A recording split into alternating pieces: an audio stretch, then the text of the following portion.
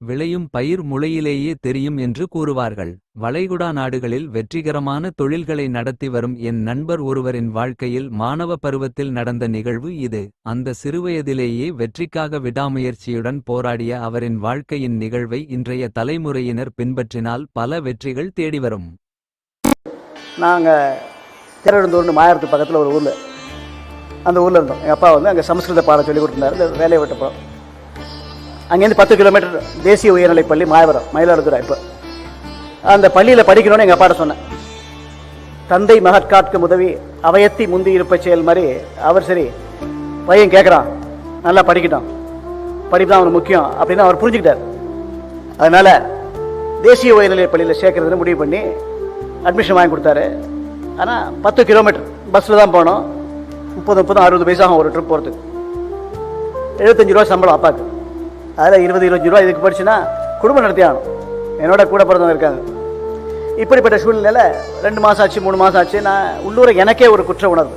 என்னடா நம்ம அப்பா அம்மா போய் கஷ்டப்படுத்துறோமேன்ட்டு என்னோட தலைமை ஆசிரியர்கிட்ட போய் கேட்டேன். எஸ்வி கண்ணாசனம்னு great teacher, use great disciplinary as well.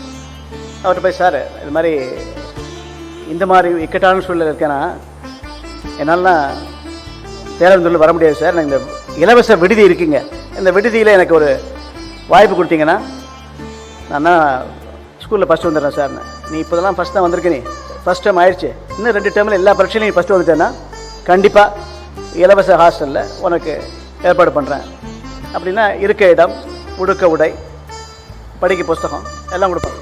அப்படிப்பட்ட சூழ்நிலையிலே அந்த பள்ளியிலே அந்த சவாலை நான் ஏற்றுக்கொண்டு நான் படிக்க ஆரம்பித்தேன். இலக்குகள் முக்கியம். இலக்குகள் வாழ்க்கையில் வெற்றி அடைய வேண்டும் என்று சொன்னால் you have a drive within you. Again, I realize education is ultimate. எப்போ எஸ்விக்கு சொன்னாரோ அப்போலேருந்து 2வது டேர்மில் நான் தான் எல்லா பரீட்சையிலும் ஃபஸ்ட்டு.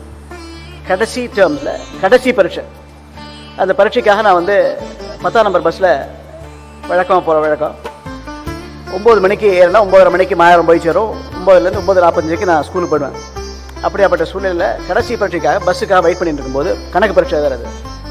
அப்போ அந்த சூழ்நிலையிலே பஸ்ஸு வரல. கோமல்லையே 10ஆம் number bus Komal to Mayavaram bus வரலை. உடம்பெல்லாம் ஆறி போச்சு. வீட்டுக்கு ஓடினேன். ஓடி போய் அப்பாவோட சைக்கிள் எடுத்துகிட்டு முதிக்க ஆரம்பித்தேன்.